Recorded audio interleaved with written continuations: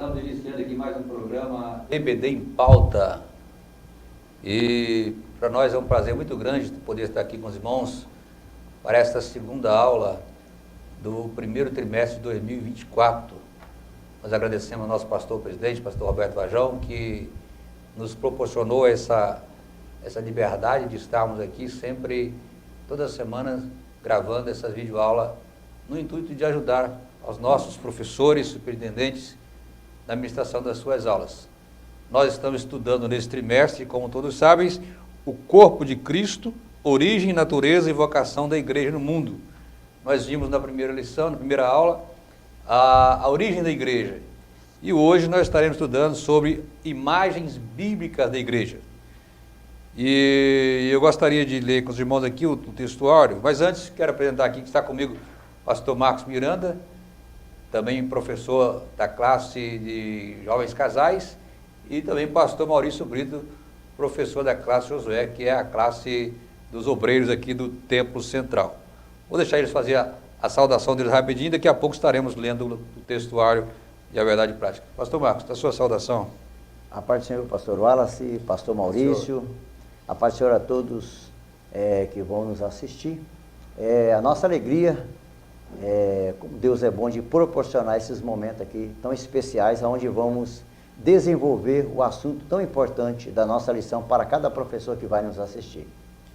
Pastor Maurício. Pai do Senhor, pastor Alas, pastor Marcos, para mim é um prazer muito grande poder estar aqui participando dessas lições, bíblicas, e poder também contribuir com nossos irmãos, professores e todos aqueles que gostam, amam a escola dominical, escola bíblica dominical, de uma forma geral. Pastor Marcos, lê para nós o textuário da nossa lição. O textuário diz assim: mas vós sois a geração eleita, o sacerdócio real, a nação santa, o povo adquirido, para que anuncieis as virtudes daquele que vos chamou das trevas para a sua maravilhosa luz. Está registrado em 1 Pedro, capítulo 2, e o versículo de número 9. Pastor Maurício, a verdade prática. Nosso título da lição é Imagens Bíblicas da Igreja, lição 2, E a verdade prática, por meio de cada imagem que retrata a igreja, o Espírito Santo revela-nos o quão gloriosa ela é. A leitura bíblica da nossa lição está registrado na carta de Paulo aos Efésios, no capítulo 5, versículo 25 ao 32, e também em 1 Pedro, capítulo 2, versículo 9 ao versículo 10, que diz assim a palavra do Senhor: vós, maridos, amais a vossa mulher, como também Cristo amou a igreja e a si mesmo se entregou por ela, para a santificar, purificando-a com a lavagem da água pela palavra, para apresentar a si mesmo igreja gloriosa, sem mácula, nem ruga, nem coisa semelhante, mas santa e irrepreensível. Assim devem os maridos amar a sua própria mulher, como a seu próprio corpo. Quem ama a sua mulher, ama-se a si mesmo, porque nunca ninguém aborreceu a própria carne, antes a alimenta e sustenta, como também o Senhor a igreja, porque somos membros do seu corpo.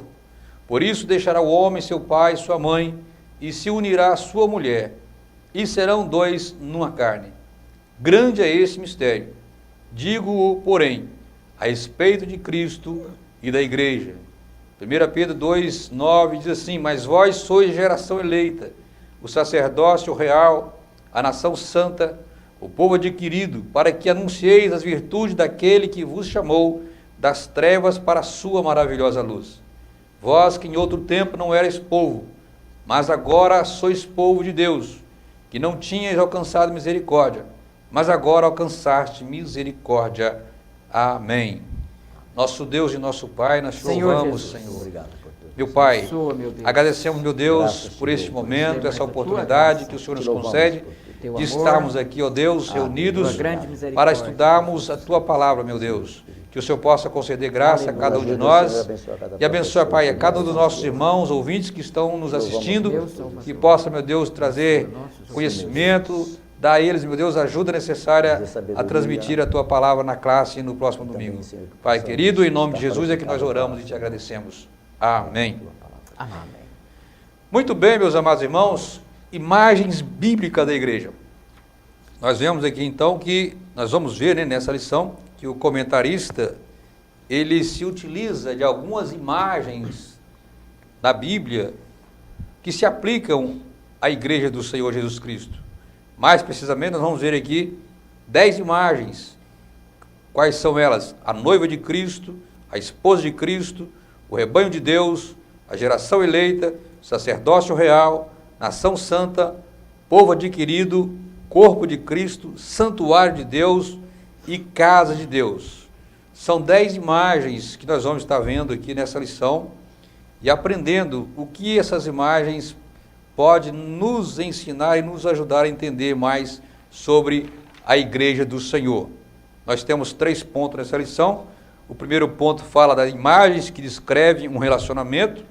O segundo ponto, imagens que descrevem função. E o terceiro ponto, ou terceiro tópico, assim como os irmãos queiram, imagens que descrevem a habitação.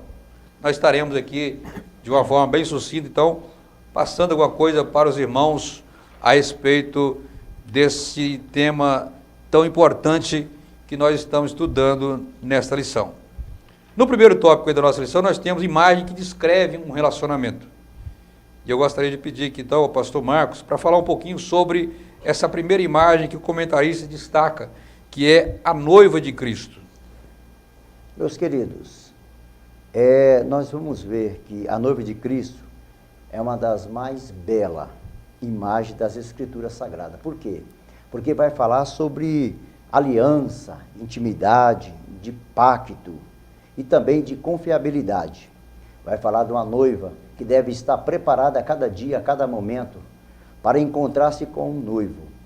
E dentre esse assunto, vai se destacar sobre uma noiva virgem, pura, né? Que ainda não contraiu as núpcias, né? Fala de uma figura de uma igreja, trazendo uma ideia de pureza, de uma noiva ideal, uma noiva que fala de fidelidade, e também fala de uma noiva que está se preparando para encontrar com seu noivo. E quando se fala de preparação, fala de fidelidade, de pureza, e a noiva que é traduzida pelo escritor, que representa a igreja de Cristo, ela deve estar sem mácula, pura, santa, na fidelidade, em alguns aspectos que vai fazer a aproximação da noiva de Cristo com o noivo que é o nosso Deus. E nós sabemos que esse dia vai acontecer, e esse momento vai acontecer na boda dos cordeiros, tá certo? Aonde a noiva vai encontrar-se com o noivo. Então a noiva, ela deve estar pronta, preparada. O escritor, ele destaca bem sobre esse assunto, sobre essa imagem, essa bela imagem da noiva de Cristo. Uma coisa interessante é que o Espírito Santo, hoje ele está adornando, né, essa noiva, né? Que os adornos que o Espírito Santo fornece aqui são os dons espirituais, né? Tudo isso preparando para que essa noiva possa encontrar com o noivo de uma maneira mais linda possível, né? Uma noiva preparada, uma noiva pura mesmo, na presença do noivo, algo que a gente espera que muito em breve vai acontecer. No terceiro ponto da nossa sessão, vou pedir para o pastor Maurício falar sobre essa imagem que é a esposa de Cristo. Então, pastor Wallace, pastor Marcos, tanto a esposa de Cristo, a igreja, como essa imagem, quanto a noiva, tem os aspectos semelhantes, né? Com alguma profundidade a mais em relação à esposa de Cristo, que trata da fidelidade, da pureza da igreja e do relacionamento que o casal tem, de intimidade e de compromisso e de pureza em todos os aspectos. Acima de tudo, o texto bíblico que serviu de fundamento para a lição, leitura bíblica em classe, retrata a questão do relacionamento da esposa com o esposo. Então esse relacionamento ilustra o relacionamento de Cristo com a igreja, e esse relacionamento envolve a questão do amor. Então, tanto o casamento, no aspecto material, que ilustra o aspecto espiritual da igreja com Cristo, está envolvido um aspecto muito importante que dá sustentabilidade e durabilidade ao casamento, que é o amor. Então, o amor, quando está presente no relacionamento conjugal, então isso tem tudo para dar certo e aumentar cada vez mais a intimidade do casal. Então, esse amor também está presente no relacionamento de Cristo com a igreja. Então, o amor de Cristo para com a igreja é um amor inexplicável na nossa linguagem, porque jamais, talvez, alguém faria isto, né? É algo muito profundo, né? Esse amor, como Cristo amou a igreja.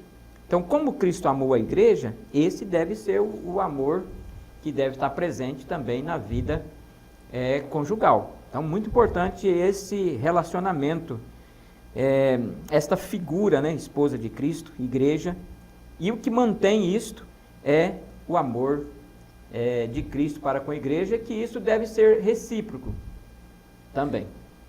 Esse amor é tão grande, né? Que a Bíblia diz que Deus amou o mundo de tal maneira, né? Não tem nem como explicar esse amor de Deus para com a sua igreja. Então nós, como igreja do Senhor, precisamos valorizar esse amor que Deus tem mostrado para com a sua igreja, enviando o seu Filho Jesus para nos salvar, né? Nos dar o direito de salvação e fazer parte dessa igreja que um dia vai subir e vai encontrar com Ele nas nuvens do céu. Então o amor de Cristo pela igreja aqui, ele tem que nos chamar a atenção. Nós precisamos, a igreja do Senhor, precisamos valorizar esse amor, continuar, assim como a noiva pura, é a igreja agora do Senhor como esposa, continuar sendo fiel, mantendo essa fidelidade ao Senhor Jesus Cristo. No terceiro tópico, fala do rebanho de Deus. Na terceira imagem que o escritor usa aqui de rebanho de Deus. Por que o escritor utiliza essa imagem de rebanho de Deus? Nós vemos aqui que é uma metáfora, né? Que ilustra essa relação de pastor-ovelhas, e nós somos comparados na Bíblia também a ovelhas do Senhor. O apóstolo Pedro, como nós temos aqui a citação de Pedro 5, né? Versículo 2 e 3, Pedro, ele fala sobre isso, né? Aconselhando os pastores a apacentar o rebanho do Senhor. Que rebanho é isso? É exatamente a igreja. Isso mostra que deve haver uma relação muito linda entre as ovelhas e esse pastor. As ovelhas precisam de entender que o pastor, ele pagou um preço muito alto para adquirir essas ovelhas. Não foi uma ovelha comprada no mercado, comprada na bolsa de valores, mas não. O pastor pagou com o seu próprio sangue para que nós pudéssemos fazer parte desse rebanho. Então isso nos traz uma responsabilidade muito grande. Ser ovelha de Deus não é para qualquer um, não é de qualquer maneira. Se nós quisermos fazer parte desse rebanho, e todo homem pode fazer parte, todo ser humano pode, desde que ele aprenda a amar o seu pastor, a reconhecer o amor que o pastor, o supremo pastor, Jesus Cristo, ele pagou para que nós tivéssemos essa condição. Então, nós como rebanho de Deus, precisamos estar atento à voz do pastor, porque a ovelha, ela conhece, a Bíblia diz que a ovelha conhece a voz do seu pastor. E Jesus Cristo, ele fala conosco, ele fala com a sua ovelha. Então nós precisamos, como rebanho de Deus, estar atento a ouvir a voz do nosso pastor sempre que ele falar conosco. E ele fala, e ele quer falar. O pastor, ele quer ter esse relacionamento com as suas ovelhas. E isso é muito bonito, né, pastor Maurício? Essa imagem de rebanho, ela chama muita atenção, né? Sim, eu vejo assim, pastor Wallace e pastor Marcos, esse rebanho, é assim, a forma coletiva como Deus vê a igreja. Porque ali o rebanho é porque está composto de diversos membros, diversos irmãos que fazem parte ali da igreja. Então ele trata o rebanho de forma, o rebanho, quer dizer, é uma forma coletiva de Deus olhar para a igreja. Daí a gente vê a importância de como Deus trata a questão da igreja. E aí aquela tese de que as pessoas falam, eu posso ser crente em casa mesmo, eu não preciso da igreja, aqui derruba essa tese. Derruba. Né? Porque ele mostra que a importância coletiva da igreja. E um rebanho saudável é aquele que está atento à voz do pastor, correspondendo, obedecendo, estar atento. A Bíblia diz que a ovelha, ela conhece, ela ouve e conhece a voz do seu pastor. E Pedro, ele mostra essa importância aqui, que ele aconselha os pastores que cuidam do rebanho de Deus aqui na terra, a saber cuidar desse rebanho, né? Não é tratar de qualquer maneira. Sim. Então o pastor, ele tem uma responsabilidade muito grande, porque esse rebanho não pertence ao pastor aqui terreno, né? Mas é o pastor Jesus Cristo, ele é o pastor supremo, e o pastor que cuida das ovelhas aqui, ele sabe que ele um dia terá que prestar conta dessas ovelhas, e elas precisam ser bem cuidadas, ser amadas, ser cuidadas por ele. Ele diz aqui no versículo 2, apacentai o rebanho de Deus que está entre vós, tendo cuidado dele, não por força, mas voluntariamente, nem por top ganância, nem por ânimo, nem tendo domínio sobre a herança de Deus, mas servindo de exemplo para o rebanho. Então isso é muito lindo. Toda ovelha, ela necessita de ser cuidada espiritualmente, né? Acalentada, amada e cuidada, porque a ovelha, ela é totalmente dependente do seu pastor. Muito bem, meus amados irmãos, nós vamos agora para o segundo tópico da nossa lição, que trazem imagens que descrevem função. Nós vamos ver aqui algumas imagens, então, que descrevem função, né, na igreja. Geração eleita, sacerdócio real, nação santa, povo adquirido. Vamos falar aqui mais detalhadamente sobre isso aqui. Depois, no segundo ponto, sobre o corpo de Cristo. São imagens que descrevem essa função. Pastor Maurício, fala um pouquinho sobre esse primeiro ponto aí, geração eleita, sacerdócio real, nação santa, povo adquirido. Aí está dividido em letra A, B e C, né? Muito bem, nesse ponto 2, a nossa lição está tratando sobre imagens que descrevem a função da igreja. Então nós temos aqui a geração eleita. Geração eleita fala de algo que foi escolhido. Então a geração eleita, nesse aspecto aqui, não diz respeito apenas à exclusividade, mas à eleição feita por Cristo Jesus. Então nós fomos escolhidos por Ele, eleito por Ele. Agora essa eleição, ela não é plena. Essa eleição não é plena, ela depende daquilo que o pastor, como vimos anterior, vai cuidar. Por que não é plena? Porque nós precisamos ainda de ensinamento, precisamos de escola dominical, precisamos de estudo da Bíblia, precisamos de orar, jejuar, consagrar nossa vida. Então nós fomos eleitos, geração eleitas por Cristo, porque foi Ele que nos escolheu, e aí cabe a nós permanecer sendo fiel a Ele até o fim, né?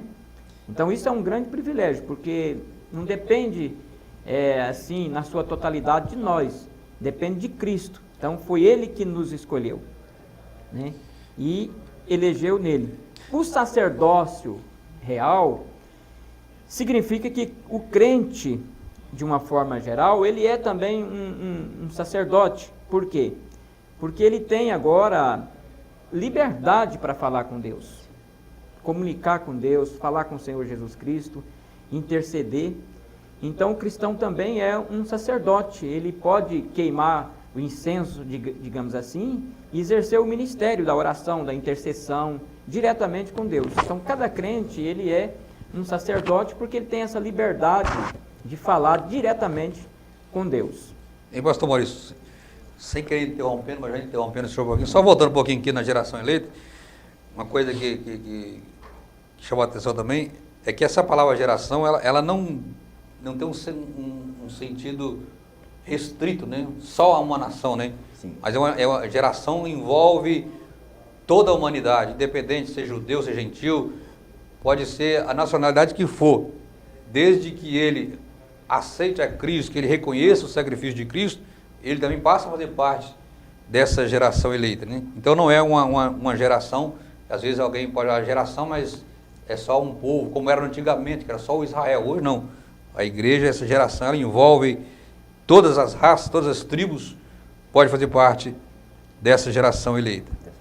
Verdade, pastor Alas. E ainda continuando aqui na questão do sacerdócio real, antes, pastor Marcos, era só aqueles, o sacerdócio era exclusivo da descendência de Levi, né? Os levitas, né?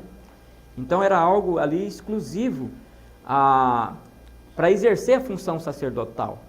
Como a família de Arão, né? Isso, como a família de Arão. Aí com a linguagem do Novo Testamento, o Senhor Jesus Cristo, ele trouxe esta visão sacerdotal para os cristãos, para os seguidores de Cristo. Então cada crente, ele precisa ter em sua mente que ele é um sacerdote, ele pode exercer o sacerdócio, no sentido de praticar a sua oração, a sua consagração a Deus e falar diretamente com Deus, interceder junto a Deus. Em relação à nação santa, né, o povo adquirido, isso é uma figura muito importante, porque fala daquilo que é consagrado a Deus, da consagração da igreja. A igreja, ela é uma nação santa porque foi um povo adquirido pelo Senhor Jesus Cristo. E ele adquiriu, né, com o seu próprio sangue ali. Então, para que nós pudéssemos estar aqui hoje, neste canal de comunicação falando, o Senhor Jesus pagou um alto preço e nos resgatou, né, da maldição e fez um povo seu especial, zeloso e de boas obras. Aí voltando um pouquinho, só aí no sacerdócio real, a gente vê que quando Jesus morreu, é que a coisa mudou, né? Eu disse que no dia quando Jesus morreu, o véu do templo se rasgou de alto a baixo. Até ali, só o sacerdote, né, da ordem de Levítico, o família de Arão, descendente de Arão, é que podia entrar no lugar santo para falar com Deus, para interceder pelo povo. A partir desse momento em que o véu ele se rasgou, todo cristão ele tem esse direito. Ele se torna um sacerdote levita, porque ele também pode chegar diante de Deus, né? A qualquer momento, a qualquer hora da madrugada, ele pode se aproximar de Deus, porque a porta foi aberta, aquilo que separava o homem de Deus, que dava acesso somente a um, agora foi liberado a todos aqueles que queiram se aproximar de Deus. É só ele aceitar Cristo como Salvador da sua vida, que ele também tem esse mesmo prazer, esse mesmo privilégio de poder chegar diante de Deus, de conversar com Deus sem precisar de um intermediário.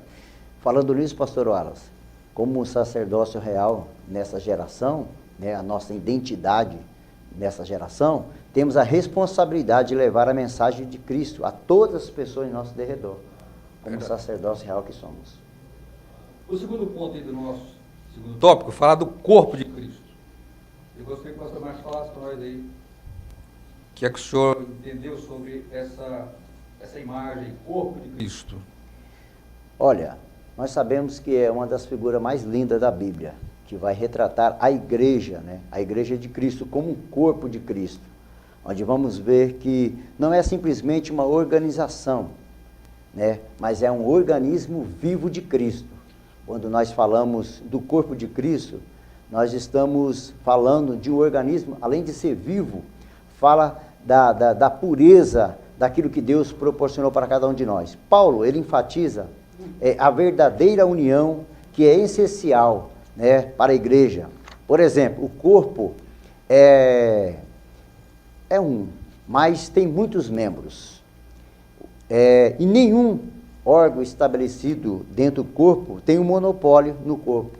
Mas olha que Paulo deixa bem claro que o corpo é um e tem muitos membros. Da mesma forma que o corpo de Cristo tem o propósito de funcionar eficazmente, como uma unidade de Cristo. Então, o corpo de Cristo fala de unidade, né? Fala do mesmo Deus que opera em todos e em tudo. Então, o que devemos entender sobre isso? Quando falamos do corpo de Cristo, estamos falando de uma união inabalável. Estamos falando de um essencial, né? Que tem uma forma de funcionar bem clara, unida.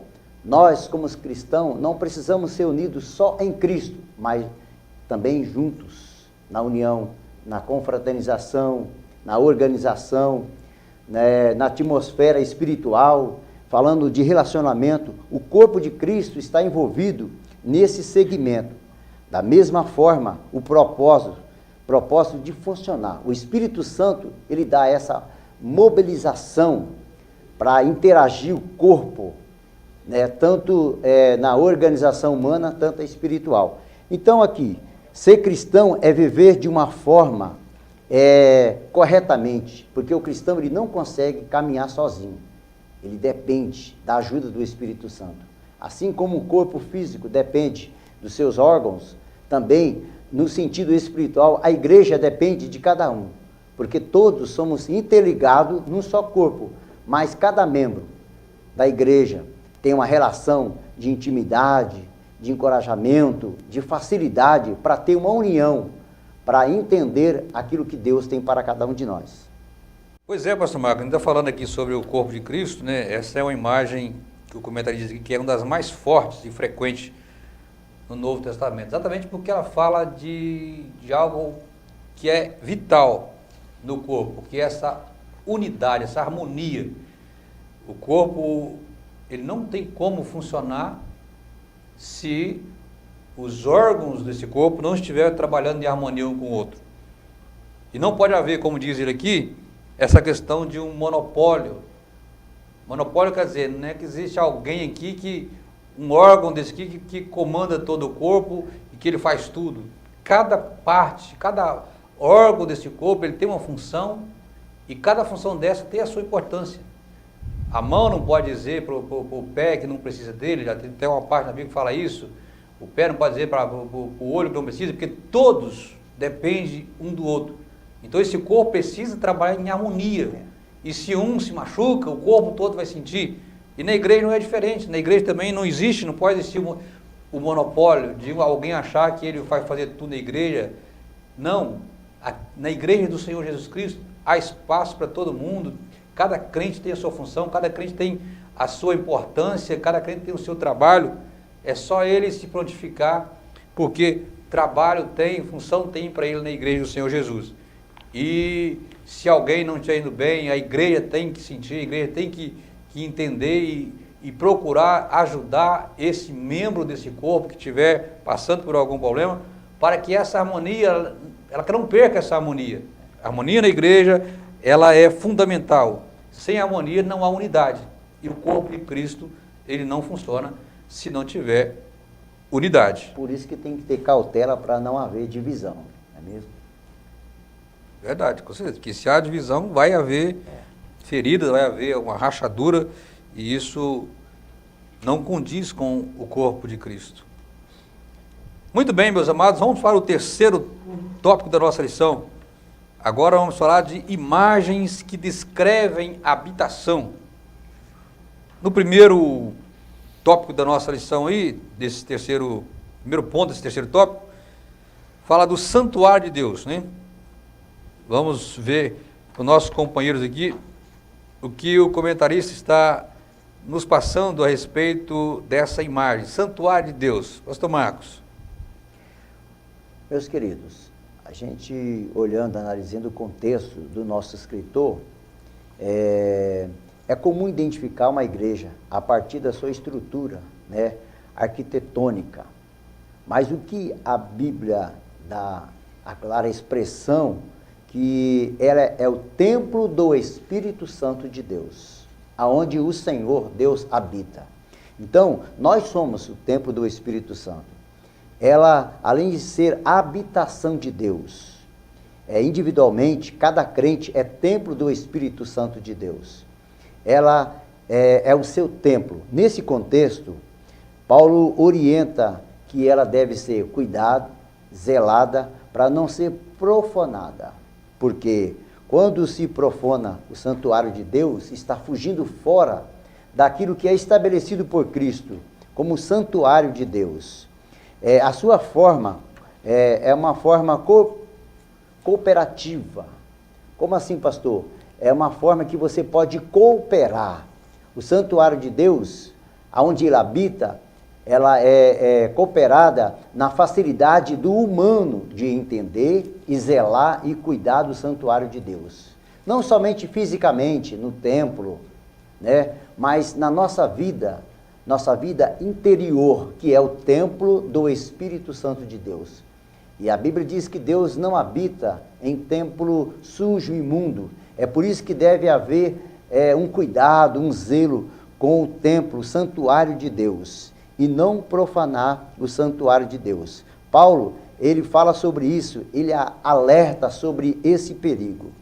Mas o que chama atenção, que o templo de Deus, que é o templo do Espírito Santo, além de agir no indivíduo, ele age também interagindo na forma física, porque é no templo que se há manifestação do Espírito Santo de Deus.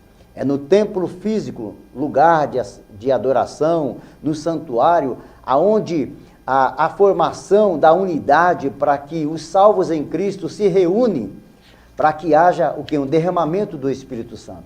Deus, ele pode interagir em qualquer lugar, em qualquer área, mas o santuário do Senhor foi estabelecido para cultuar a Deus, reverenciar a Deus. E nós, sendo o que somos, o templo do Espírito Santo, quando nós reunimos num lugar, no santuário, a presença de Deus, a liberdade. E havendo liberdade, não há constrangimento da ação e atuação do Espírito Santo. É por isso que devemos cuidar um pouco mais. A Bíblia identifica ela como templo do Espírito Santo de Deus. Eu gostaria de compartilhar aqui com o pastor Maurício sobre esse assunto, onde Paulo ele fala sobre o cuidado para não corromper, não manchar a mácula desse templo. Então, pastor Marcos, a igreja é o santuário de Deus. Ela é onde a gente percebe a manifestação de Deus. Por que a igreja, na sua estrutura arquitetônica, ela não é assim, a sua estrutura arquitetônica, digamos assim, o Espírito Santo não está ali na ferragem que sustenta a arquitetura da igreja. Então ela é o santuário de Deus, porque nós, os crentes, estamos ali. Então, como o Espírito Santo, ele habita em nós, e nós somos individualmente templo e morada do Espírito Santo, então o Espírito Santo ele mora em nós, e quando nós vamos para a igreja local, como arquitetura, como prédio ali, aí está então o santuário de Deus, porque ali estão os irmãos que congregam, que cooperam, que servem a Deus ali. E aí a gente vê uma manifestação de Deus ali no templo, por meio dos irmãos que ali se fazem presente. Por isso, nós tratamos no texto anterior da questão do corpo da igreja como corpo de Cristo. Porque cada órgão do corpo humano ele tem uma função. Não tem, por exemplo, o coração, ele não trabalha isoladamente e ele não tem soberania sobre o corpo. Ele depende de outros órgãos.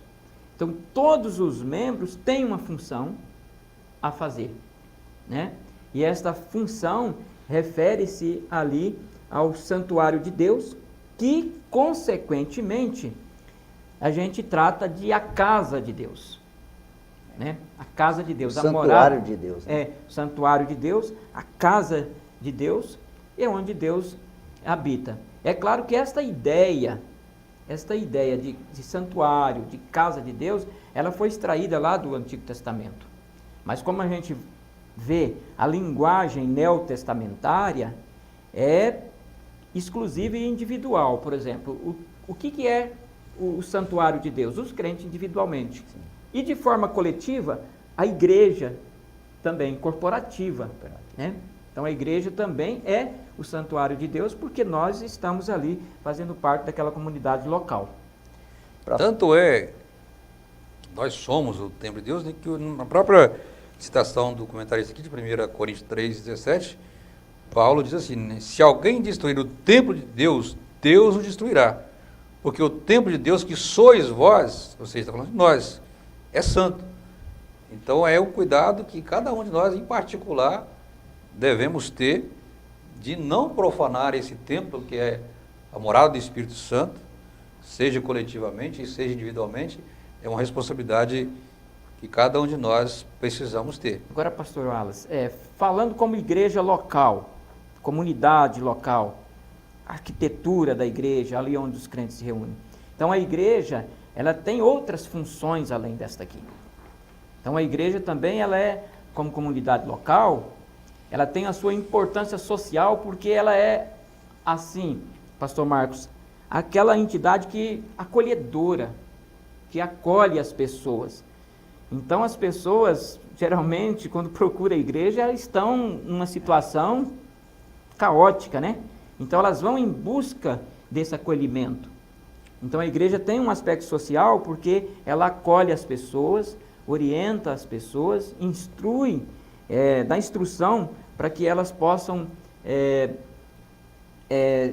se libertar dos seus problemas e ter uma vida socialmente aceita, porque a igreja, a gente fala enquadramento, ela enquadra a pessoa.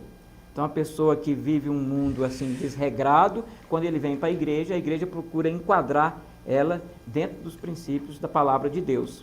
A Bíblia diz que ela tira ele do monturo, né, e faz ele centrar entre os príncipes, né? Muito bem lembrado, pastor. Então, isso é muito importante. Dando continuidade aqui, o pastor Maurício já está falando, e esse ponto é com ele também. A casa de Deus. Fala para nós, pastor Maurício, sobre essa imagem, a casa de Deus. Então, a casa de Deus, como diz aqui, é um conceito da igreja, sendo casa de Deus, derivada lá do Antigo Testamento. Mas a gente vemos que a casa de Deus, né, a igreja como uma comunidade local, ali a gente tem essa visão da habitação de Deus, como Deus, de fato, ele se faz ali presente. Outro aspecto é a gente mostrar a importância social da igreja, porque além dos aspectos espirituais, a igreja tem um aspecto social, de relevância, de acolhimento. Além do aspecto espiritual e social, a igreja também ela tem um aspecto, pastor Marcos, terapêutico, de relacionamento, né? Até mesmo os psiquiatras, eles recomendam a pessoa, eles falam, estou te dando essas pessoas que estão com depressão, por exemplo. Você que estou te dando esse laudo de afastamento do trabalho, mas não é para você ficar em casa dormindo não, senão vai ficar pior. Você procura uma igreja, vai conversar com os irmãos, vai se relacionar, vai conversar com as pessoas. Então a igreja ela tem um aspecto também de cura emocional, de cura espiritual, de libertação. Então a pessoa procura o templo ali, porque na visão da sociedade, também a igreja ali é a casa de Deus. Então a gente fala, eu vou na casa de Deus, vou procurar um refúgio ali na igreja. Então eu vejo que ela tem esse aspecto social, de acolher as pessoas e também terapêutico, de cura, de curar as pessoas. Né? As pessoas precisam entender que a igreja tem esse aspecto também de restaurar a vida da pessoa emocionalmente e espiritualmente. Daí a importância que nós vemos aqui, conforme o escritor coloca de forma brilhante, que é a casa de Deus, a igreja, uma das imagens, né, que descreve a habitação, né, que é a casa de Deus. E quando se fala em casa, né, não tem como nós não ligarmos com família, né? E as famílias da igreja, ela precisa de estar bem. O comentarista coloca aqui que a igreja é formada por famílias igualmente forte. E também ao invés, né? Famílias fracas tornam-se igrejas fracas. Então, por isso que as famílias na igreja, elas precisam de encontrar essa ajuda, esse apoio. Hoje estamos vivendo uma época tão difícil, né? Onde a família está sendo tão bombardeada como nunca foi pelo inimigo, porque ele sabe que destruindo a família, ele destrói a igreja. Então, por isso a importância que as famílias têm na igreja. Famílias bem estruturadas são igrejas fortes, igrejas bem estruturadas. E por isso a atenção do pastor, ele está sempre preocupado, que quando ele vê um problema surgindo no seio de uma família, ele está lá procurando ajudar, dando conselho, dando palavra, para procurar resolver aquela situação, porque sabe que se deixar aquilo ali, aquilo vai progredir, vai trazer problemas, vai afetar outras famílias, e a igreja em si, ela vai ser afetada também. Então, quanto mais as famílias na igreja procurarem estar fortalecidas no Senhor, mais a igreja também, ela vai estar melhor. Olha o que o salmista diz no Salmo 84. Porque vale mais um dia nos teus átrios do que em outra parte 1000. Preferiria estar à porta da casa do meu Deus a habitar nas tendas da impiedade. Então, e o mesmo salmista diz, alegrei-me quando me disseram, vamos à casa do Senhor. É um privilégio para todos nós, estamos sempre na casa do Senhor. A igreja é o lugar onde a gente se sente em casa, né? Na casa do Pai. A gente como cristão, tendo Deus como Pai, quando a gente está na igreja, a gente sente que está em casa, a gente sente a liberdade, né? A Bíblia fala que nós temos liberdade de estarmos na igreja, de falarmos com o Pai, de nos pronunciarmos, de glorificar, de orar a Deus. É porque nós somos filhos e estamos na casa do Pai. Para nós encerrarmos, nós estamos caminhando para o encerramento, o terceiro ponto aí desse último tópico fala do privilégio de ser igreja. Será que é bom ser igreja do Senhor? É maravilhoso, sabe por quê? Porque nós temos aí, primeiramente, o privilégio da salvação, essa grandiosa salvação, é um privilégio. Outra, o privilégio da promessa de Cristo vir buscar a sua igreja. Isso tudo é um privilégio de ser a igreja de Cristo e ter também a grandiosa missão de propagar o evangelho de Cristo. E por fim, termos o privilégio de ter a mensagem de Cristo. Isso é grandioso, ter esse privilégio de ser a igreja de Cristo. Então, é um privilégio, pastor Maurício, que o mundo não tem, né? Não tem. De fazer parte da igreja. Eles têm esse direito, é só eles querer. Mas enquanto eles não reconhecerem Jesus como Salvador, eles não vão ter esse privilégio de falar, eu sou a igreja do Deus vivo, eu tenho Deus como Pai, eu tenho um Jesus Cristo como meu Senhor, eu tenho tenho o Espírito Santo morando dentro de mim, eu sou o rebanho, faço parte do rebanho de Deus, faço parte da igreja do Senhor Jesus Cristo. Então é um privilégio que só aqueles que reconhecem o Senhor Jesus como o Salvador da sua vida pode ter. Verdade, eu me sinto assim, um privilégio muito grande, porque eu não tive, assim como o pastor Marcos, nascer num lar cristão, né, evangélico, já ter essa formação cristã desde o berço, né. Eu não tive esse privilégio que o pastor Marcos teve. Eu vim aceitar Jesus já com 22 anos de idade. Então, para mim, ser igreja e fazer parte da igreja é algo muito especial na minha vida. E a gente, quando está ali na igreja, junto com os irmãos, a gente se sente realizado, a gente sente aquela alegria, aquele fervor, porque sempre vem a nossa lembrança, no meu caso, do que a gente era, né, antes e como que Deus alcançou a sua grande misericórdia, nos tirou de lá, daquele lamaçal, né, tão ruim de coisas que faziam, e hoje a gente fazer parte do corpo de Cristo, da igreja do Senhor Jesus Cristo, é privilégio muito grande. E é só Deus que faz isso, porque antes a gente procurava alternativa em vários lugares e não alcançava. E só vim ter paz verdadeira na minha vida quando eu tive um encontro com o Senhor Jesus Cristo e fiz membro do corpo de Cristo, da igreja do Senhor Jesus Cristo. Então, é privilégio ser igreja do Senhor Jesus Criro. Então, a exemplo do pastor Marco, eu tive o privilégio também de nascer um lar evangélico.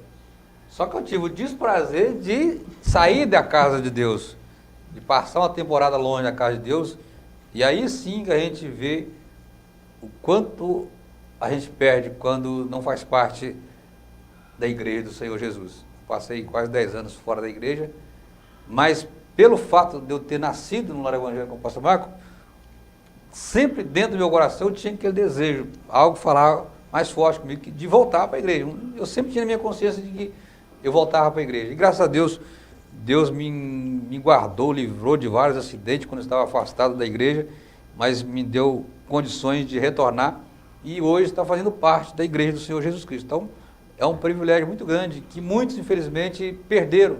Uns partiram para a eternidade sem ter o privilégio de fazer parte da igreja, ou fizeram parte um dia e por alguma razão afastaram da igreja. Mas, já encerrando aqui, eu também já deixo um conselho aqui, que vai que tem alguém nos assistindo que está afastado da igreja de Deus, não perca esse privilégio. Volte a fazer parte dessa igreja do Senhor Jesus Cristo. Mostre para os seus alunos, para aquelas pessoas que estiverem lá, às vezes visitando a escola dominical, da alegria, da importância que temos de ser igreja do Senhor Jesus. Meus amados irmãos, pastor Marcos, suas considerações, pastor Maurício também dá suas considerações, e nós vamos já ler a conclusão da lição, vai estar encerrando. Meu muito obrigado, pastor Wallace, por estar aqui, entre 3 pastores, compartilhando e fazendo a minha última palavra aqui. Ser geração eleita é ser escolhido por Deus. Ser geração eleita é ser sacerdócio real. E ser geração eleita é ser uma nação santa. E ser geração eleita é ser um povo adquirido por Deus. Isso é um privilégio. Quando o Senhor Jesus, lá do princípio, ele diz: façamos o homem a nossa imagem e semelhança. Você fazer parte da semelhança do caráter de Cristo não tem preço. É um privilégio muito grande. Meu muito obrigado, Deus abençoe meus companheiros, o pastor Wallace, superintendente da escola dominical. Um abraço ao pastor Roberto Vajão, nosso pastor presidente. Que Deus abençoe a todos e eu espero que vocês possam extrair algo para o conhecimento das próximas aulas. Pastor Maurício. Agradeço, pastor Wallace, por esse honroso convite de estar aqui participando dessa lição. Que Deus abençoe os nossos irmãos, professores que estão assistindo, amigos que estão ao alcance aí da comunicação da nossa igreja. Pastor Marcos, foi um prazer estar com o senhor aqui neste momento, nosso presidente, pastor Roberto, e para mim é um privilégio muito grande fazer parte da igreja do Senhor Jesus Cristo. Estarei só lendo aqui a conclusão, já estaremos encerrando. A conclusão diz assim: nesta lição aprendemos através da imagem bíblicas o que a igreja é e que importância ela tem. São figuras que nos ajudam a compreender a igreja, tanto no seu aspecto institucional como funcional. Assim, essas imagens ajudam o crente a descobrir qual o seu lugar na igreja, o corpo de Cristo. Dessa forma, ele pode melhor cooperar para o perfeito funcionamento da igreja local. Meus amados irmãos, que Deus abençoe a todos vocês. Pastor Marcos, obrigado. Pastor Maurício, obrigado por estar conosco aqui. E na próxima lição, o pastor Paulo estará aqui com alguns companheiros, ministrando a 3ª lição. Fiquem atentos. Permitindo Deus, toda semana nós estaremos aqui fazendo esta videoaula para estar ajudando nossos irmãos aí no preparo das suas lições. Que Deus abençoe a todos, fique com Deus e até uma próxima oportunidade.